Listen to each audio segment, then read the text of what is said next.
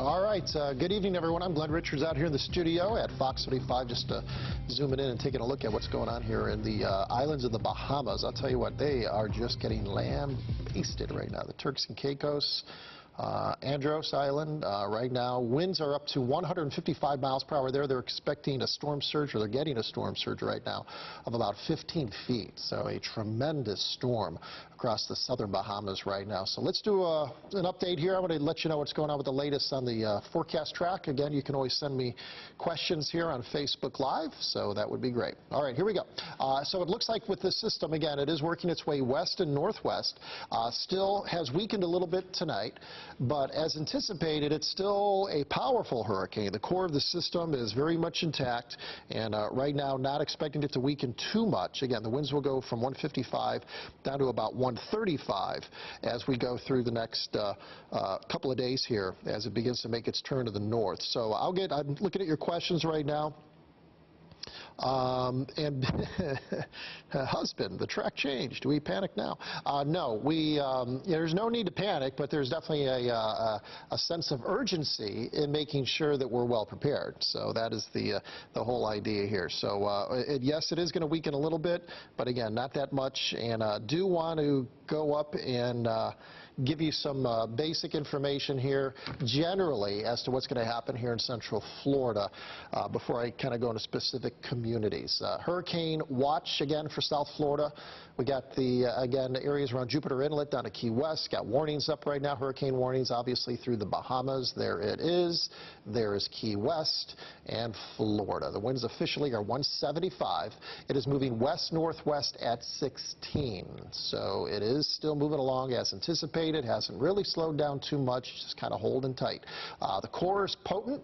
A little bit of wind shear, but not much. Waters are warm. As it passes just to the north of Cuba, it's going to be influenced a little bit by the island. That's the reason why there's going to be some weakening, but it's not major. Here are the latest computer model runs. Drum roll, please. There you go. Showing the center point of these, I guess this average of these lines is basically from Miami up along our coastline. The official forecast track is just a little bit to the west of that. Some of the models are being weighed in a little bit more heavily, so because of that, the official track takes it in south and west of Miami, brings it up right over Lake Okeechobee, then moving up towards Orlando. This storm will be weakening. This hurricane will weaken as it moves north. The big question is, how much? Right now, the best feel is that the winds are going to go from about 135 down to about 100 to 110 over Metro Orlando. And I say over because I'm talking about in the upper elevations. Okay, not down at the surface. That's important. Winds will be 135 at 2 p.m. There's the turn. Remember, it could go east. It could be west of that red line. We cannot assume it is going to be right on that red line. But even if it is on that red line, even if the center were to come almost right over downtown Orlando, the strongest winds would not be over Orlando. The strongest winds would still hit the coast. That's important because remember, the coast wide open. Strongest winds are always east and northeast of the center. East and northeast of the center is the coast. Downtown Orlando, yeah, the winds are going to be hurricane force, no doubt, 75. But probably only up to about 80 to 90 mile per hour winds in the city. And those are sustained winds, and that's much more than Matthew and about the equivalent of Charlie, I guess, but much longer in duration and obviously much more widespread. Charlie was tiny and it was super fast. It lasted, the strong winds lasted like 45 minutes. The winds with Irma would last a good 6 to 8 hours at that intensity over a very, very wide area. So that's the reason why we will have significant power outages, trees down. The good news is that the storm will be weakening. Notice by Monday at 2 p.m. it's down to 90 miles per hour. Again, those will be the strongest winds. So again, we're not talking about, at least for inland Central Florida around Orlando, we're not talking about a catastrophic event for us. We're talking about a major blow, and we're talking about a major inconvenience. We're also talking about still the potential of loss of life, so we have to be smart and don't do stupid things. But the strongest winds will be confined still to the coastal areas. Here's what I'm expecting when it comes to rain and waves and surge. 8 to 12 inches of rain in Flagler County, Volusia County. Waves will be running 10 to 12 feet. Surge of about 2 to 5 feet.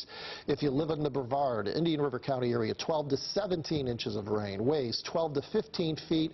Surge will be running about 6 to 8 feet. So west of Orlando, your winds sustained will go from about 60 miles per hour out in Lake County. And yes, this is based on the current forecast track, to 80 miles per hour as you near downtown Orlando. Moderate risk of tornadoes. Strongest wind direction comes in from the north, about 6, maybe as high as 8 inches of rain on the west side of town. East side of town, much more rain expected and definitely some more wind because you're east of the center.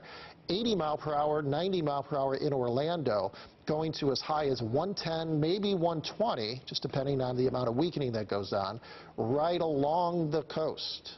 Okay, so it's not going to be downtown. High risk for tornadoes, and the strongest wind potentially still coming from the northeast, but we could switch that wind direction and bring it in more from the east and southeast, depending on where the center actually ends up. Here's the timing. In Cocoa area, Brevard County, Osceola County, you'll start to experience tropical storm force winds starting around 9 to 10 a.m. on Sunday. In downtown Orlando, 11 a.m. to noon. In Gainesville, about 3 to 4 p.m. That's when things really begin to ramp up with the wind. Look at the rainfall expectations. Again, this computer model's done a really good job with other tropical systems. And right now, look at these numbers. Yikes. Just got updated a little while ago, showing through Monday at noon. And these numbers do not surprise me. 19 to 25 inches of rain. 25 inches of rain. In West Palm Beach. Harvey out in Houston had 52 inches of rain. It'll be about half that in West Palm and in Brevard County. About 19 inches, 18 to 19 from Orlando east over towards the coast. Again, an impressive rainmaker, lots of moisture, lots of wind. So here's the way it's going to shape up. Tomorrow, rain showers begin. As we go through the latter part of the afternoon, some heavier showers will be coming in from the coast, but again, not the direct impact from Hurricane Irma. Saturday at 8 a.m., some more heavy showers hitting the coast. Look at that, additional heavy rain hitting the coastline during the evening hours. Then as we get into Sunday early morning, there's 2 a.m. The stronger winds begin to come up from the south by noon on Sunday. That's when the really big rains start to hit. The winds really start to ramp up. Here's our computer model. This just got updated a little while ago. 4:30 on Sunday in the afternoon. The hurricane force winds will be hitting areas south of Orlando, moving towards downtown Orlando. Heavy rain for everybody and tropical storm force winds. There's the eye of Irma, based on our model, almost right over Lake Okeechobee at about 11 o'clock in the evening on Sunday. Strong winds, powerful winds. 80, 70 mile per hour winds hitting Brevard County and areas south of Orlando, 11 p.m. on Sunday. Then there's the center basically moving right over Orlando or just to the east with the eye right over Seminole County, UCF, that whole zone. And this is at 9 a.m. Monday morning, the eye just to the east of downtown. The eye wall, the western eye wall, will be in the western counties with winds coming in from the north. And along the coastline, you'll be having real strong winds coming in basically from the south at that time. With the strongest winds, you can see it there in the dark red and purple, offshore. So that's where the 100-plus mile per hour winds are going to be. Orlando will still have winds of 70, 80, 90 miles per hour, but the 120, 110, that'll be offshore. That's important.